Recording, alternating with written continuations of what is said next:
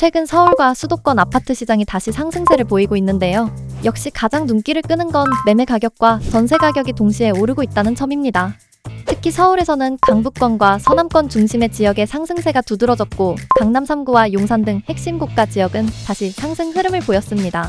이 때문에 최근 시장에서는 서울 아파트값 상승이 일부 지역에만 그치는 것이 아니라 서울 전역과 수도권으로 번지는 것 아니냐는 분석이 나오고 있습니다. 하지만 이번 흐름을 단순히 집값이 다시 오른다고만 보기는 어렵습니다. 왜냐하면 정부가 그동안 집값을 잡기 위해 여러 정책을 이어왔기 때문인데요. 집을 여러 채 가진 사람들이 매물을 내놓게 만들고 무리한 매수를 줄여서 집값 상승 속도를 낮추겠다는 것이었습니다. 실제로 처음에는 어느 정도 효과가 있었습니다. 다주택자 양도세의 중과 유예 종료 방침이 나오자 세금 부담을 피하려는 매물이 시장에 나왔고 강남권과 고가 아파트를 중심으로 급매물이 거래되면서 서울 아파트값 상승폭은 한동안 줄어들었습니다.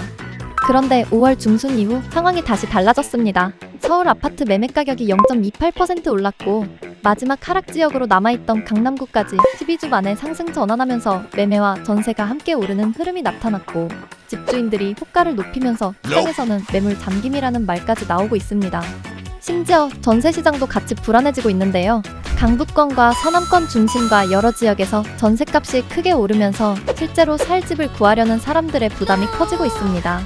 또 서울 전세 가격이 오르면 서울에서 전세를 계속 유지하기 부담스러워진 수요가 경기나 인천으로 이동하면서 실제로 올해 1월부터 4월까지 경기 인천 아파트 매매 거래량은 지난해 같은 기간보다 약 33% 증가했는데요.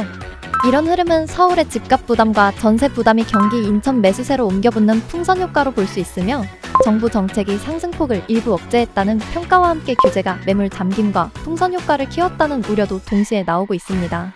그렇다면 이번 시장 흐름을 두고 양쪽은 어떤 시각을 보이고 있을까요? 먼저 정부 정책이 효과가 있었다는 입장은 첫 번째, 가격 상승폭 일시적 둔화. 다주택자 양도세 중과 유예 종료 방침 이후 세금 부담을 피하려는 급매물이 나오면서 서울 아파트값 상승폭은 한동안 줄어들었습니다. 두 번째, 매수 심리 억제 효과. 정부가 집값을 잡겠다는 신호를 강하게 주면 매수자 입장에서는 당장 무리해서 집을 사기보다 시장을 지켜보려는 심리가 생길 수 있습니다.